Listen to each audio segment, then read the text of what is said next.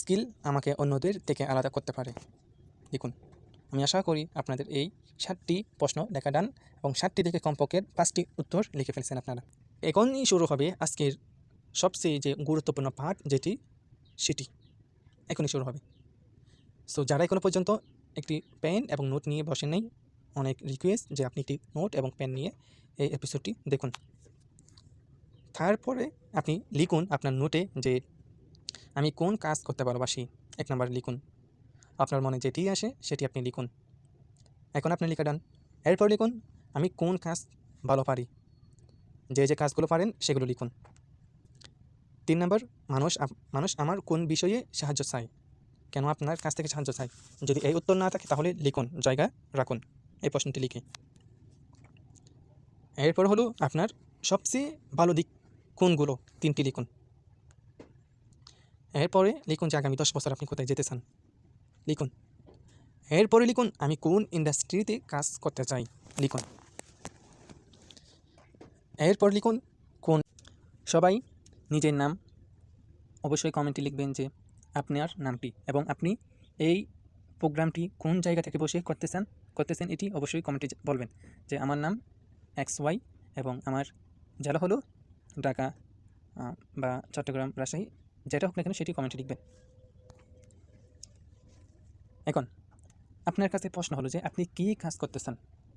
উদাহরণস্বরূপ আপনি মার্কেটিং যে ইন্ডাস্ট্রি রয়েছে সেটিতে আপনি কাজ করতে চান। এরপর রয়েছে যে এডুকেশন যে ইন্ডাস্ট্রি রয়েছে সেখানে কাজ করতে পারেন, বা যে বিজনেস যে ডেভেলপমেন্ট রয়েছে, বিজনেস যে ইন্ডাস্ট্রি রয়েছে সেটিতে আপনি কাজ করতে পারেন।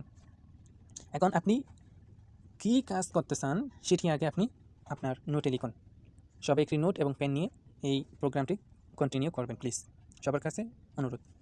এখন আপনি নোটে লিখুন যে আমি কী কাজ করতে চাই, আপনার মনে যেটি সাড়া দেয়, আপনি যে ব্যাকগ্রাউন্ডে আপনি সেটি লিখুন।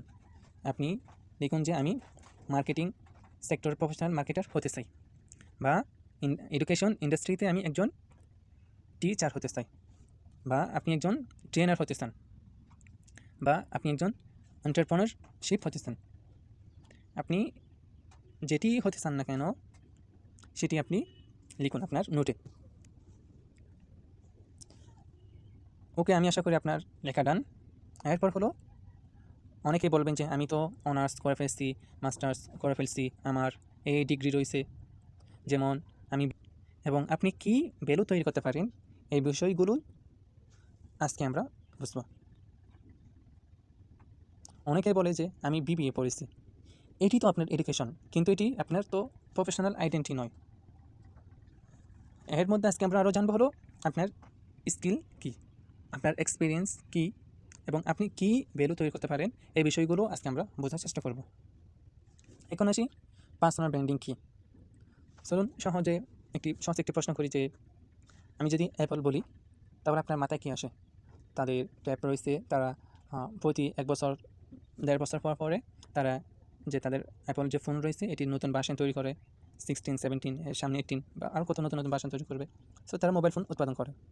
এরপরে নাইকি শুনে আপনার মাথায় কী আসে, এরপর গুগল শুনে আপনার মাথায় কী আসে। এই অ্যাপল, নাইকি, গুগল এগুলোই হলো একটি ব্র্যান্ডিং। এই নাম শুনে আপনার মাথায় যেটি আসে না কেন সেটিই হলো ব্র্যান্ড এর শক্তি। এখন প্রশ্ন হলো মানুষ যখন আপনার নাম শুনবে তখন কী মনে করবে। ফর এক্সাম্পল আপনার নাম যদি হয় রহিম, তাহলে আপনার নামই তো জানলো, তাহলে রহিম কি, রহিমকে এটি হতে পারে যে রহিম খুব ভালো ডিজাইন করে, গ্রাফিক্স ডিজাইনার। তাহলে রহিম এর একটি প্রফেশনাল আইডেন্টিটি তৈরি হয়েছে। যদি কেউ বলে করিম খুব ভালো পাবলিক ফিগার, এটিও একটি তার পার্সোনাল ব্র্যান্ড। অর্থাৎ পার্সোনাল ব্র্যান্ডিং হলো আপনি কে, আপনি কি মূল্য তৈরি করেন এবং মানুষ আপনাকে কীভাবে চিনবে, এই 3টি বিষয়কে পরিকল্পিতভাবে গড়ে তোলে। পার্সোনাল ব্র্যান্ডিং শুধু ফেসবুকে ছবি পোস্ট করলে করা। অনেকেই মনে করেন যে পার্সোনাল ব্র্যান্ডিং মানে তো ফেসবুকে পোস্ট করব, সুন্দর সুন্দর বিভিন্ন জায়গায় গিয়ে পোস্ট আপলোড করব, তাহলে তো হয়ে গেল আমার পার্সোনাল ব্র্যান্ডিং। কিন্তু না, এটি একটি ভুল। পার্সোনাল ব্র্যান্ডিং এর মধ্যে রয়েছে আপনার নলেজ, আপনার স্কিল, আপনার বিহেভিয়ার, আপনার কমিউনিকেশন, আপনার ওয়ার্ক, আপনার রিপুটেশন, আপনার অনলাইন প্রেজেন্স, আপনার নেটওয়ার্ক, আপনার কনসিস্টেন্সি, অর্থাৎ আপনার পুরো প্রফেশনাল আইডেন্টিটি, আপনার পার্সোনাল ব্র্যান্ড। একটি উদাহরণ ধরুন, দুইজন মাস্টার্স কমপ্লিট করলো, দুইজনেরই একই মাস্টার্স সার্টিফিকেট এবং দুইজনেরই রেজাল্ট কাছাকাছি, কিন্তু একজনের ধরুন পার্সন এ এর লিঙ্কডইন প্রোফাইল আছে, পোর্টফোলিও আছে, নিজের স্কিল দেখিয়েছে, ইন্ডাস্ট্রি কন্টেন্ট পড়ে, প্রফেশনাল নেটওয়ার্ক তৈরি করেছে, ছোটো প্রজেক্টও করেছে। এখন আরেক পার্সন বি শুধুমাত্র ডিগ্রি আছে, পোর্টফোলিও নাই, অনলাইন প্রফেশনাল কোনো প্রেজেন্ট নেই, ইন্ডাস্ট্রি সম্পর্কে কোনো ধারণাই নেই বা তার কম ধারণা। এখন আপনি বলেন তো কাকে সহজে চিনতে পারবে? অবশ্যই পার্সন এ কে। এখানে পার্সোনাল ব্র্যান্ডিং এর গুরুত্ব অনেক। Why personal branding? আজকের জব মার্কেটে শুধু আমি ভালো বললে হবে না, আপনাকে প্রমাণ করতে হবে আপনি কি ভ্যালু দিতে পারেন। পার্সোনাল ব্র্যান্ডিং এর একটি বড় সুবিধা এখন আমরা আলোচনা করব। 1 নম্বর, মানুষ আপনাকে চিনতে শুরু করবে, মানুষ আপনার সম্পর্কে জানবে। নাম্বার 2, মানুষ আপনাকে বিশ্বাস করবে, ট্রাস্ট করবে। এবং নাম্বার 2, ট্রাস্ট, মানুষ আপনাকে বিশ্বাস করবে। আপনার যে নলেজ রয়েছে সেটি তারা আপনাকে কাজ করাতে আগ্রহী হবে। অ্যান্ড নাম্বার 3, আপনার সুযোগ তৈরি হবে অনেক বেশি। এবং বিভিন্ন বড় বড় কোম্পানির কাছ থেকে, ইন্ডাস্ট্রির কাছ থেকে জব এর অফার আসবে আপনার কাছে। আবার যারা এজেন্সি রয়েছে তারাই আপনাকে অফার করবে যে মেন্টরিং করতে। এরপর নিজের বিজনেস তৈরি করতে অনেক বেশি সহজ হবে এবং বিভিন্ন সেমিনারে আপনাকে কথা বলার জন্য সুযোগ প্রদান করবে। এখন নাম্বার 4 হলো নেটওয়ার্কিং। ইন্ডাস্ট্রি এর মানুষের সঙ্গে সম্পর্ক তৈরি হবে আপনার। নাম্বার 3তে যে ইন্ডাস্ট্রিগুলো কথা বলছি, সেই ইন্ডাস্ট্রিতে যে পিপলগুলো এখন রয়েছে তাদের সাথে আপনার একটি সম্পর্ক তৈরি হবে। নাম্বার 5, কেরিয়ার গ্রোথ হবে অনেক বেশি ইজিলি। আপনার প্রফেশনাল আইডেন্টিটি শক্তিশালী হলেও কেরিয়ার গ্রোথ সহজ হতে পারে।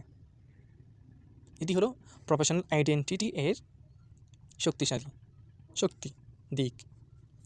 এখন নাম্বার 6, আপনার যখন কোনো বিষয় জ্ঞান থাকবে আপনি সেই বিষয়ে পরিচিত হতে পারবেন। নাম্বার 7, আপনার কনফিডেন্স অনেক থাকবে, নিজের স্কিল ও ভ্যালু পরিষ্কার হলে আত্মবিশ্বাস বাড়বে আপনার। And last, long term career asset আপনার। এখন জব পরিবর্তন হতে পারে, কিন্তু একটি শক্তিশালী প্রফেশনাল রিপুটেশন দীর্ঘদিন মূল্য তৈরি করতে পারে। এখন আমরা জানবো রিপুটেশন বনাম ব্র্যান্ডিং। রিপুটেশন হলো মানুষ আপনার সম্পর্কে কী বলে, ব্র্যান্ডিং হলো আপনি পরিকল্পিতভাবে কীভাবে আপনার পরিচয় ও কাজ উপস্থাপনা করেন। এখন আমি আপনাদেরকে একটি গুরুত্বপূর্ণ কথা বলি। আপনি আপনার ব্র্যান্ড এর নিয়ন্ত্রণ করতে পারেন, কিন্তু আপনার রিপুটেশন পুরোপুরি নিয়ন্ত্রণ করতে পারবেন না। তাই আপনি যাই বলবেন সেটাই করবেন, যা করবেন সেটার মান বজায় রাখবেন। এখন আমরা জানব আপনি কী করতে পারেন বা আপনি কী করবেন। এখনই শুরু হবে আজকের সবচেয়ে যে গুরুত্বপূর্ণ পার্ট, সেটি এখনই শুরু হবে। সো যারা এখনো পর্যন্ত একটি পেন এবং নোট নিয়ে বসেন নাই, অনেক রিকোয়েস্ট যে আপনি একটি নোট এবং পেন নিয়ে এই এপিসোডটি দেখুন। তারপরে আপনি লিখুন আপনার নোটে যে আমি কোন কাজ করতে ভালোবাসি। 1 নম্বর লিখুন, আপনার মনে যেটি আসে সেটি আপনি লিখুন। এখন আপনি লেখা ডান। এরপর লিখুন আমি কোন কাজ ভালো পারি, যে কাজগুলো পারেন সেগুলো লিখুন। 3 নম্বর, মানুষ আমার কোন বিষয়ে সাহায্য চায়, কেন আপনার কাছ থেকে সাহায্য চাই। যদি এই উত্তর না থাকে তাহলে লিখুন, জায়গা রাখুন এই প্রশ্নটি লিখে। এরপর হলো আপনার সবচেয়ে ভালো দিক কোনগুলো, 3টি লিখুন।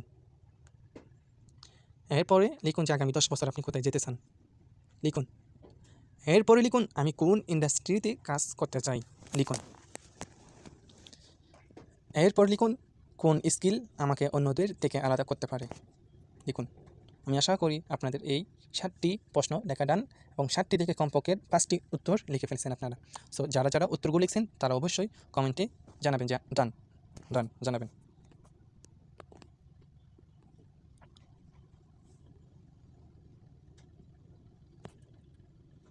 এখন আমরা জানব ডিজিটাল আইডেন্টিটি।